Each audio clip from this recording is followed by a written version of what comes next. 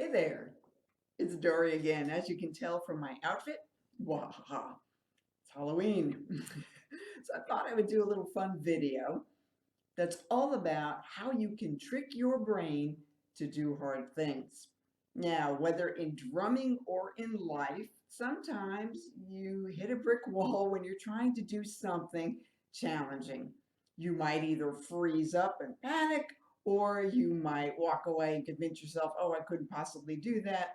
Or I've worked with a lot of perfectionists who feel if I can't do it perfectly, I'm not going to try it. Well, here's a trick. If you already have a foundation of something you already know how to do, you just build on that. So pick what you know first. For example, I've worked with some students teaching them basic jazz beats. So let's take a beat like something you would find in Duke Ellington's Take the A Train. I'm going to have to turn the sound down a little bit here because the cymbals get a little rattly. So hold on. There we go. So,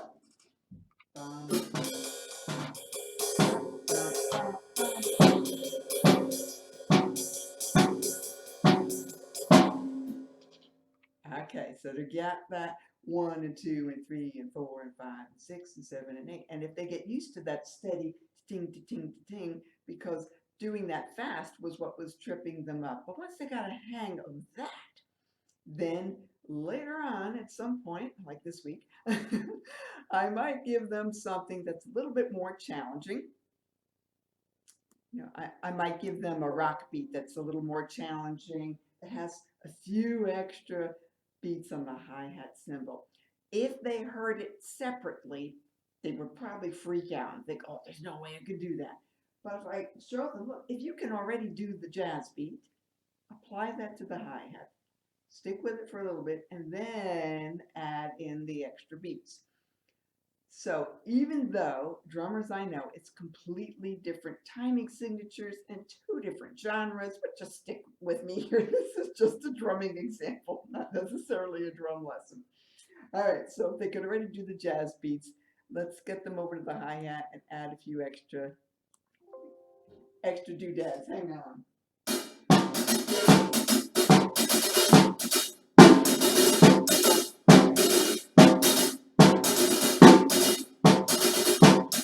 So it was that extra ba-bum, bum, ba-bum, ba-bum that was tripping them up because they thought there's no way they can get their hand to go that quickly. But once they went from one over to the other, they thought, oh, okay, that's not so hard. See?